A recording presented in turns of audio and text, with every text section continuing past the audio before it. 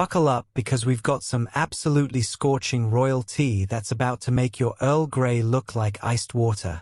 I'm talking nuclear-level gossip that would make even the late Queen Elizabeth reach for her emergency gin stash. We're diving headfirst into the murky waters of Prince Andrew's alleged bedroom antics. And trust me, this story has more twists than a pretzel factory in a tornado. Welcome back to Royal Cookies, where we serve up the juiciest royal gossip with a side of heart-wrenching humanity. Please remember to subscribe and click on the notifications bell icon, so you will be notified whenever we upload new cookies about the British royal family. I'm your host, and today we're unwrapping a bombshell that's fresher than yesterday's headlines. A brand new book has just branded Prince Andrew as a serial sex addict, with Jeffrey Epstein reportedly claiming the Duke of York was even kinkier than him. Yes, you heard that right, Jeffrey Epstein, the man whose moral compass pointed directly to hell, apparently thought Andrew was the kinky one. That's like Gordon Ramsay saying your cooking is too spicy, or Simon Cowell calling you too harsh.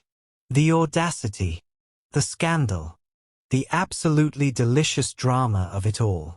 Lonai spent 4 years researching this nuclear bomb of a book, filing numerous Freedom of Information requests and interviewing over 100 people who have never spoken before. That's more thorough than a MI5 background check.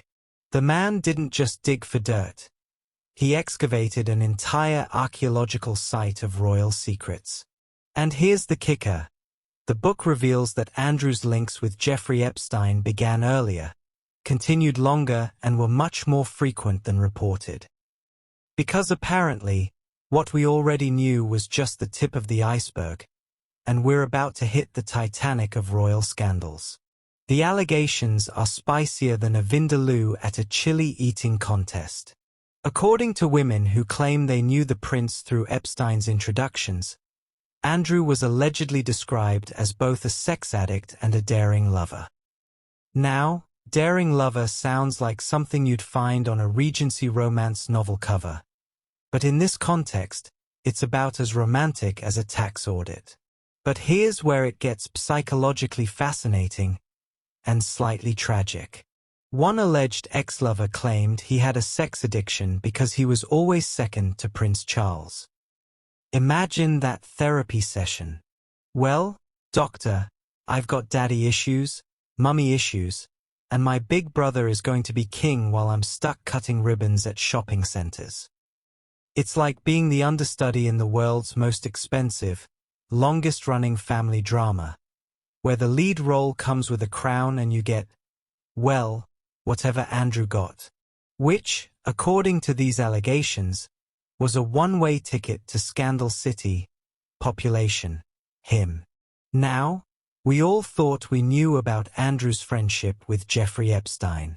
We thought we'd heard it all. We were adorably naive. This new book claims to examine Andrew's links with the convicted sex offender and financier Jeffrey Epstein, which began earlier, continued longer, and were much more frequent than reported. That's like finding out your friend didn't just borrow your car once. They've been running a taxi service with it for a decade. The sheer audacity of it all is almost impressive in its spectacular awfulness. And here's what makes this particularly damning. We're talking about connections that apparently predate what we already knew. This isn't just about questionable judgment in middle age. This is allegedly about a pattern of behavior that spans years, possibly decades. It's like peeling an onion, but instead of tears, you get restraining orders and congressional investigations. Asterisk asterisk brutal truth bomb asterisk asterisk at this point. Andrew's judgment is so questionable. He probably thinks a red flag is just festive decoration.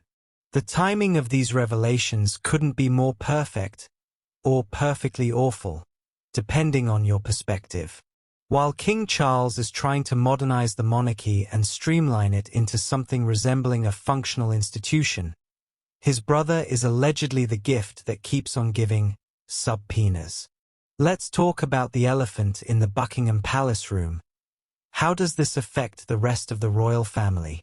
King Charles must be feeling like he's playing the world's most expensive game of whack-a-mole.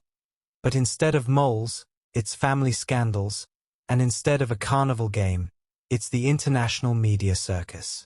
The book even claims that Prince Harry once punched Andrew, which, if true, means even Harry, who famously stepped back from royal duties partly due to media pressure, thought Andrew was beyond the pale. That's like being rejected by someone who already rejected the entire system. Poor King Charles is probably sitting in his organic garden, talking to his plants, going, "At least you lot just need water and occasionally get aphids. You don't get accused of being international men of mystery by association with convicted criminals. And don't even get me started on what this means for the monarchy's reputation. They've gone from keep calm and carry on to keep calm and call the lawyers." It's like trying to run a luxury hotel while one of your family members is allegedly operating a questionable side business in the penthouse suite. The media response to these allegations has been like watching a pack of wolves discover a wounded gazelle. If the gazelle was wearing a crown and the wolves had journalism degrees. Every outlet from The Sun to international papers is feasting on this story like it's Christmas dinner, and they've been fasting for months. And you know what? I don't blame them.